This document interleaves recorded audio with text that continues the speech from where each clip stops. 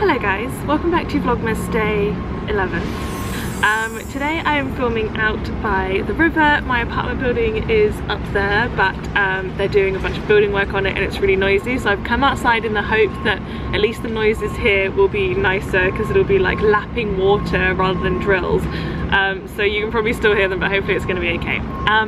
Today I thought I would talk about my goals for 2018 and have a think about my goals for 2019.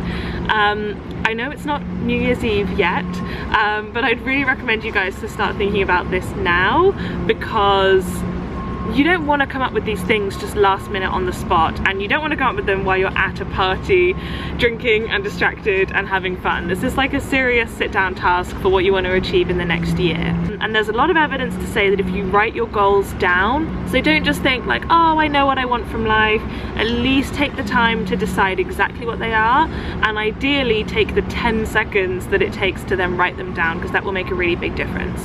So if you guys saw my video from last year, I did like a kind of mood board, like a vision board. So I thought I would quickly go through that vision board and see how I did. So I've got them written down on my phone as well. The first thing on the vision board was the wedding, which did go ahead, thank goodness, this year, and we had a fantastic time. All good, wouldn't change a thing, etc. Achieved. The next thing is a picture of a tattoo of a black star. We haven't actually got those tattoos, but that represents a like personal wealth milestone that Ed and I had together, which we did achieve. It was a big, exciting stretch goal, so we were really proud to have achieved that. Then the third one was to spend more time doing dance classes, and that I've done pretty badly on. I haven't really found many dance classes while we've been traveling, so it's something that's pretty hard while you travel to do, but I'd still like to do more dance classes. That's something I'd like to work on that I didn't really manage to do this year, hardly at all.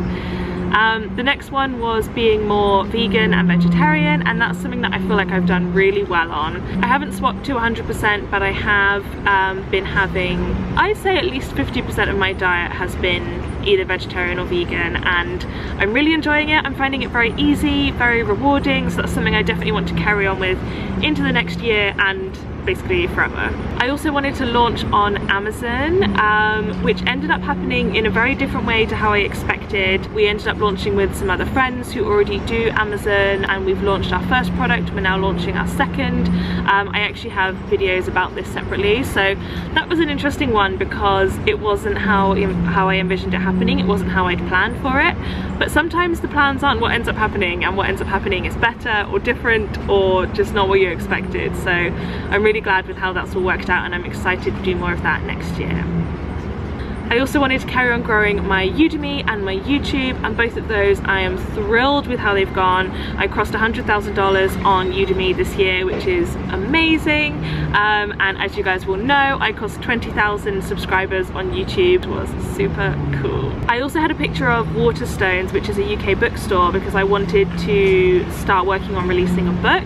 And I have started work on that. It's very early, so, but I've got a concept, I've started doing research, I've started getting ideas, so I feel like that one's happening, slowly but surely. I also had a picture of Santorini, and I think this was because I wanted to go to Santorini, which I didn't do, but I did go to loads of other places, and to me actually that picture kind of more represents just being near the ocean, and that's something we've done a reasonable amount of, but I would like to do more. I've realized this year that being by the ocean makes me really happy, so I think that's something that I want to prioritize if I can.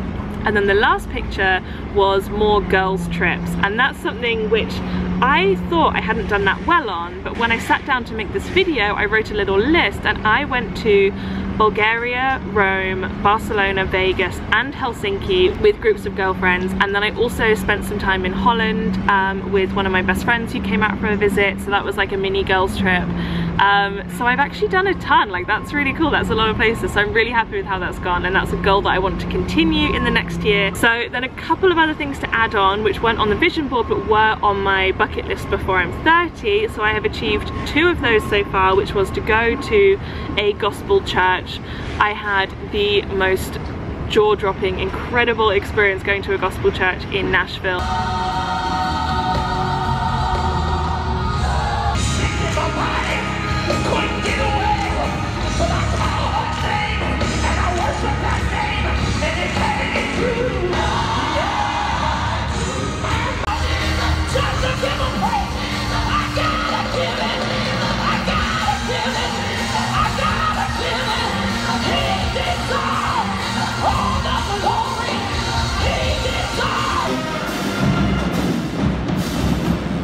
It was just everything I dreamed and more, so that is definitely achieved. And also to go thrifting with Thrifters Anonymous, which you guys will have seen my video for that, and I know a lot of you on this channel now have come over from there, which is really cool, so it's so good to have you. And that to me was like a big bucket list, so I'm really excited that I achieved that. And one other thing on my before 30 bucket list that I was working on is to learn to whistle.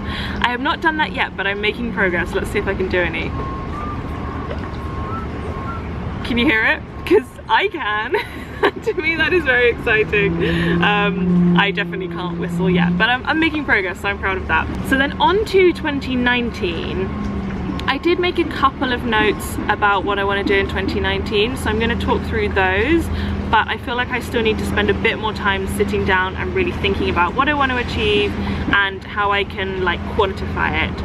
The first one is I would like to cross $250,000 on Udemy. That's lifetime earnings, so that won't be in 1 year.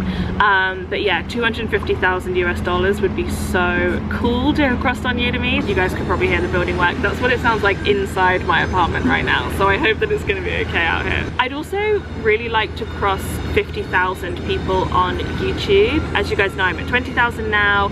I looked at an online predictor and it says that I will reach 40,000 in December next year and 50,000 in March of the year after.